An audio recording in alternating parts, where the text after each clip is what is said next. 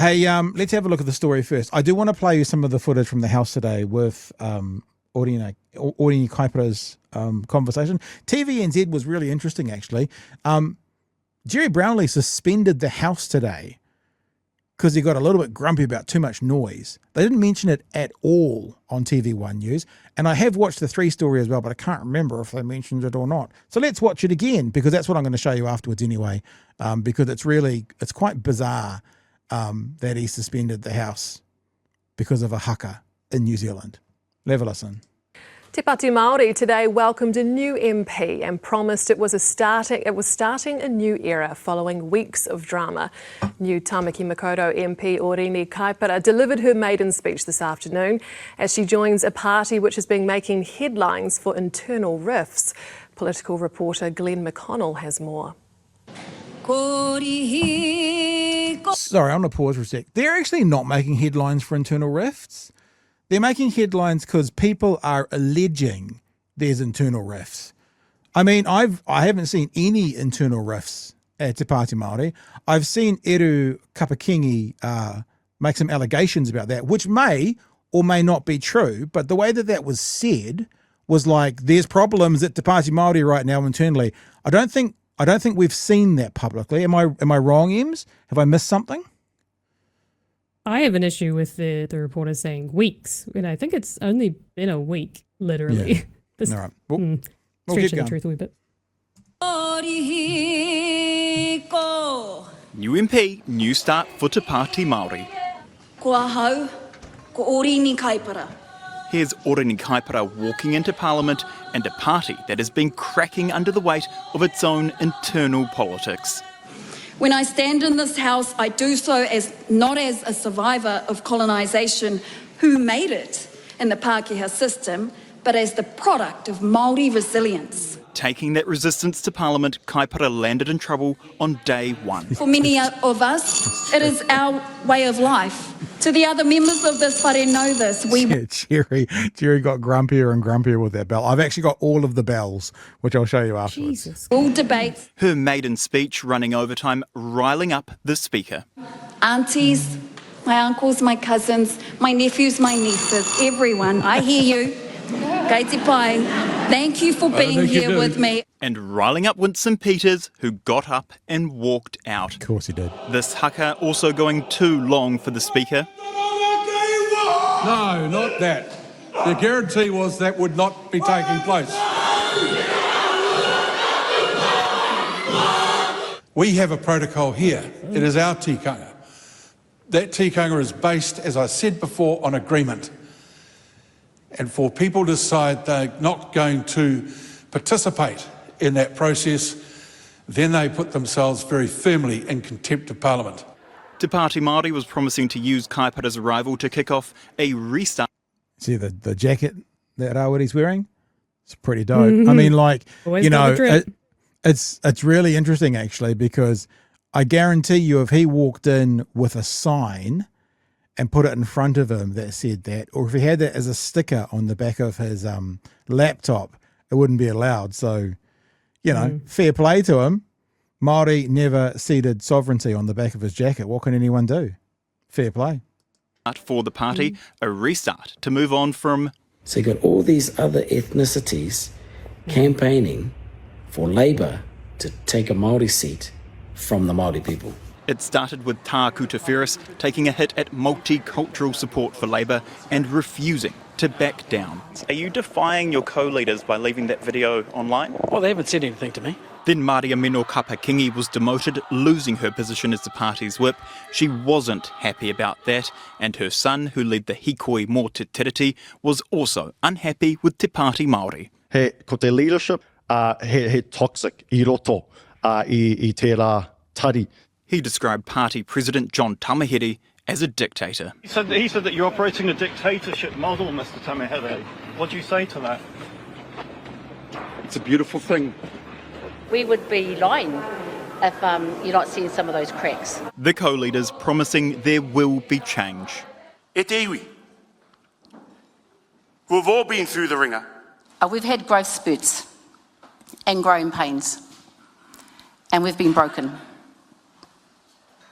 We've been tested in ways we've never been tested before as a movement. And we own that. Confirming they want to be in government next year. That's good. And we've got to commit to a common cause, shared with the Greens and shared with Labour. To make this the last term of this government. Te Pati Māori wanting to position itself as a credible future coalition partner, but it's still willing to break some rules. It's fierce, man. That haka is fierce. Interesting. Yeah, I think really interesting that Debbie said bluntly, we want to work with Labour.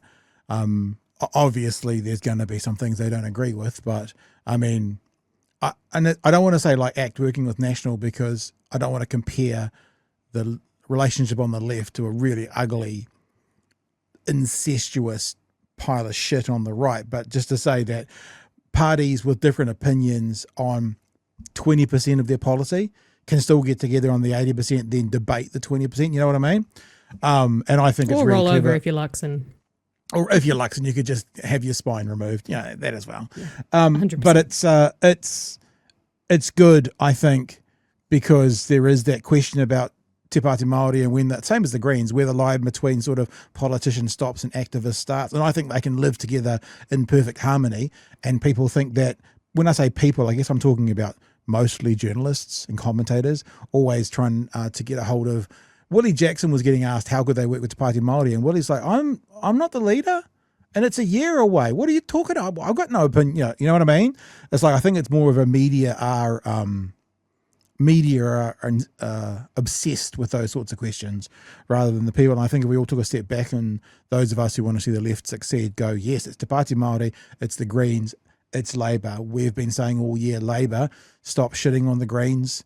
You know, Chris Hipkins, stop going out there and saying it's unrealistic, the stuff that Chloe's putting out. You can say we're not the Greens, it's not how we do it, but it's fine. You know, you don't have to give us a headline that we could say, was this Luxon who said this? And I think Te Pati Māori saying we want you, we will work with you, is probably a very clever and very smart first step, Ems. Yeah, it's not. I agree. It's not Pati Māori or Greens needing to say that they'll work with Labour. It's Labour needing to. Well, they don't even need to stand up and say that they're going to work with them. It's just they just need to stop giving the headlines. Like I don't think they would come out and say that they'll work with either the two. Well, I don't know. I'm always conflicted on this. I don't know if they should come out and say, "Yep, we'd work with the Greens," or we're a strong coalition on the left, and yes, we can all work together. Or whether or not they just need to just not offend, like just don't say shit that makes them look bad. I mean, I think Labour can very easily say, if you can look to the right, and you can see how parties that in and of themselves have differences like New Zealand First, ACT and National can work in a government, then it's only logical that governments who have differences on the left can do it as well. Done. Yeah. Finished. Gone away. Opinions I like over. that what Deb said there is very black and white. There's no room for grey in there. It's just like, yep, we're ready to work with them. In fact, we can probably prove that we're already working with them. I did your thing. I did the notes thing. I have one comment for Gerry Brownlee. Yeah. Gerry Brownlee. Agreement. He said we have tikanga. It's about agreement. I'm pretty sure Māori didn't agree to the agreement. I think it was more of an enforcement of the Westminster rules. So just saying, it was an enforcement more than an agreement. I am the most forgetful person in the world, Ems, in all seriousness. I've got stuff written down from tonight when the guests were speaking. I do it all the time. I've got an idea and I go, and I just jot it down. It's a good little trick. Scruffador says, pretty sure Eru didn't call out Tamihere specifically, even though I think John is the problem. Yeah, he didn't. He said leadership. I guess that implies, but I guess Eru's also implying it could be the leadership model. Well, I know many has people also indicated that they're not a fan of things and how the old school. Sorry, Magenta, I'm speaking for you. You can clear this up tomorrow if you'd like. But they're not a fan of perhaps the old school Māori way of doing things, and maybe the next generation might be a little different. You can challenge me on that, Magenta, if you're new in the chat. Apologies. But if you have a look at it, right, you look at where we've gone. You've gone from Taliana Turia and Peter Sharples, who found a way to work with National, to a party now who will work with Labor, but definitely not National, to perhaps the next generation, which will be like, well, what are you offering us, Labor, if we bother to come and work with you? You know what I mean? So there feels like there's a bit of a natural progression here to end up maybe in 10, 20 years from now where Te Pāti Māori will be naturally. And it's still that thing in Parliament. And like we've had this conversation this week, Ems, about the game of politics. And when I say that, it annoys some people because they think I'm being frivolous. I'm not. I'm just saying there's these rules that sometimes happen. Like for example, the chips can be stacked against you, but the scoreboard still says the scoreboard at the end of the game, end of the night. You know, we've been talking about the right being able to change the narrative. The right seems to have the ability to change a narrative, and then when it happens on the other side, the media don't pick up on it. That doesn't seem fair. It feels like the referee is not playing fair. If you're in a game and the referee's favouring one side, that team still wins at the end of the game. It's not at the end of the game. It's like 14-8 with a little addendum going, and the referee was on their side. It's just the score. It's nothing else. And in the game of politics, there is that whole kind of wherever you're naturally sitting versus what compromise you have to make to get onto the ninth floor or get into government to get some of your stuff through. And I think most of us, I mean, I probably would be that person too that doesn't want to compromise and wants to be a purist. I mean, in an ideal world, it's like, in America, I think it's time to burn their system down. Like if I was in America, I'd be one of the people voting to burn the system down, like because their system is so fucked it's beyond repair. But in New Zealand, it feels like they've still got the ability to compromise and have a bit of a win-win. Like Luxon's a fucking moron. Luxon talks sometimes about a lose-lose. You know, he says compromises when neither party gets quite what they want. I'm like, what? So you are literally talking about a lose-lose. What a terrible form of negotiating. Why don't you say compromises about when some parties get something of what they do want? But he's literally said this year where both parties aren't quite happy. Both parties don't get everything they want. Okay, but you can spin that in a better way. You get some of what you want.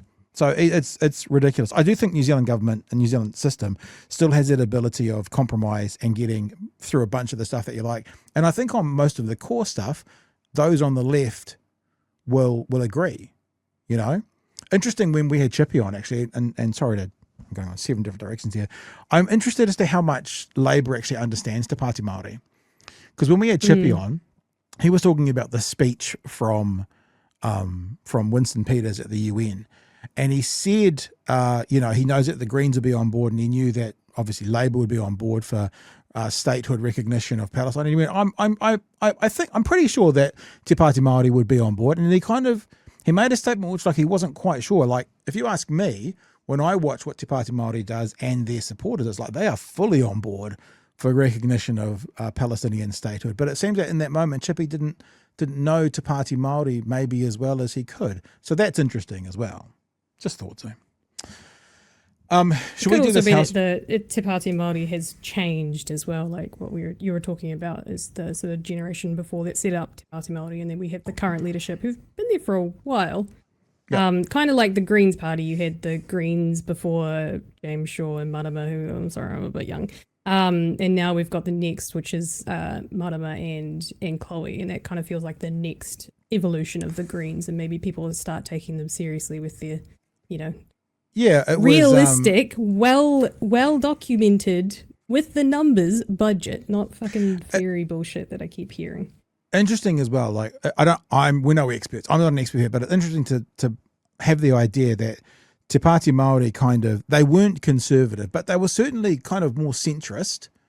Their iteration 1, iteration 2, which is now does seem to be sort of centre left. And maybe iteration 3 with the next group of leaders and stuff will be further left, maybe.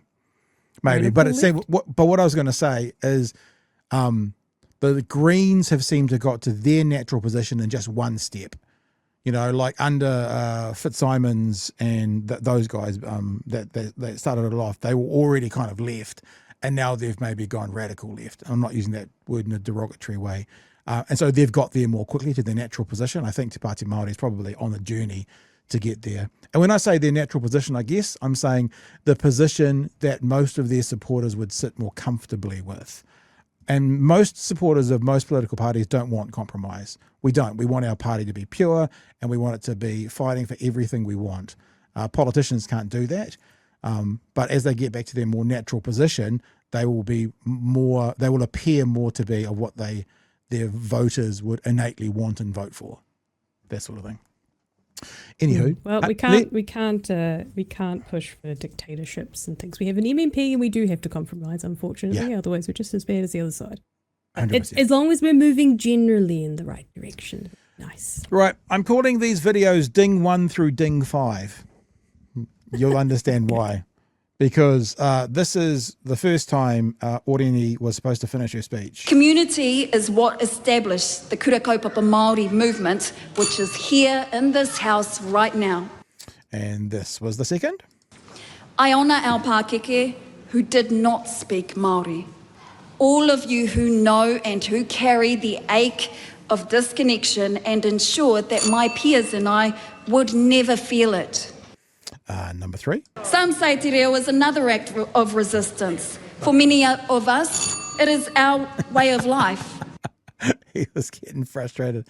At one stage, he says something, and then the ding after, he goes, you can hear Gerry going, this is ridiculous. Like he's not happy.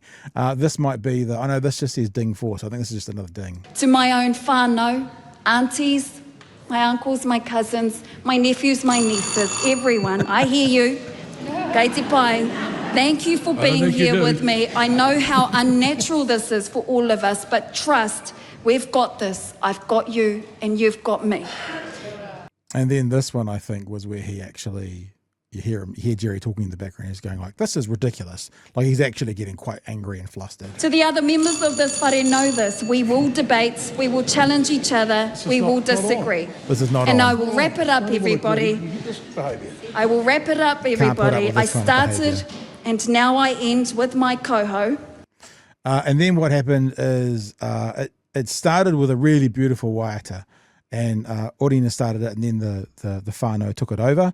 We won't play all of it, but you'll get a taster. Korihi, korihi, ko iti rea rea te te kahi katea kataea korihi, korihi, ko.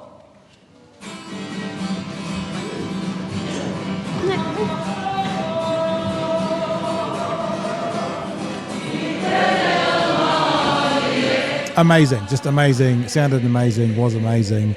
And then at the end of the waiata, at the end of the song, they went into a haka, and this is what sent Gerry off the deep end, and him going, no, not having that. And then you'll hear him put the House into suspension.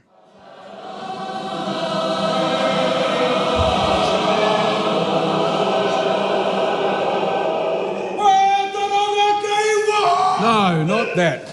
The guarantee was that would not be taking place. The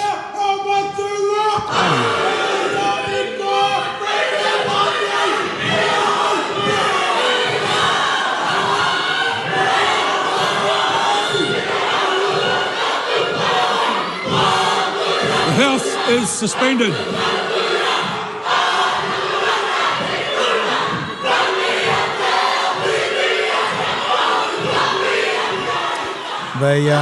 The old Parliament TV guys were onto that pretty quickly. And then one more bit for you. When they came back, Gerry Brownlee explained why he called a suspension. So have a listen to that. I suspended the House because of disruption in the gallery outside of an agreed process that the Business Committee had authorised. The key point is, in this place, that no one member is more or less elected than anyone else. And the time that the House allocates for anyone to speak in here is by agreement. And when we have people coming into the House who decide they're not going to abide by their agreements, then they put themselves in a contemptuous position. The behaviour in the gallery was contemptuous. And it's my intention over the next couple of days to find out whether or not that was by agreement with any party inside this House. Because people go on to marae all over the country and respect the protocols. We have a protocol here. It is our tikanga. That tikanga is based, as I said before, on agreement. And for people to decide they're not going to participate in that process, then they put themselves very firmly in contempt of Parliament. So what he's saying is if they've made this agreement that the waiata was fine and that they would do nothing else, and he said if a political party has now organised the haka, then there might be some ramifications. But all I want, look, I kind of get it, and it was good to see Tanya in the red power suit. Did you notice Tanya in the red power suit up in the thing? I noticed you up there as well, Tanya. If that was the first day of Parliament and there was 12, 15 maiden speeches, you couldn't have done it like that, right? So I understand that. But I also want to say to Gerry Brownlee, do you know what country you live in? And do you know in the country how the Indigenous culture marks times of respect? How could you have expected anything else? Like, fair point to you if you say the speech was too long, but when it came to the waiata and the haka, what else did you expect? Every graduation at every university stops 8 or 10 times during one for a haka or a waiata. It's what we, being New Zealand, do. Do you know what country you live in, Mr. Brownlee? And what did you expect? Ems? I have an answer to that.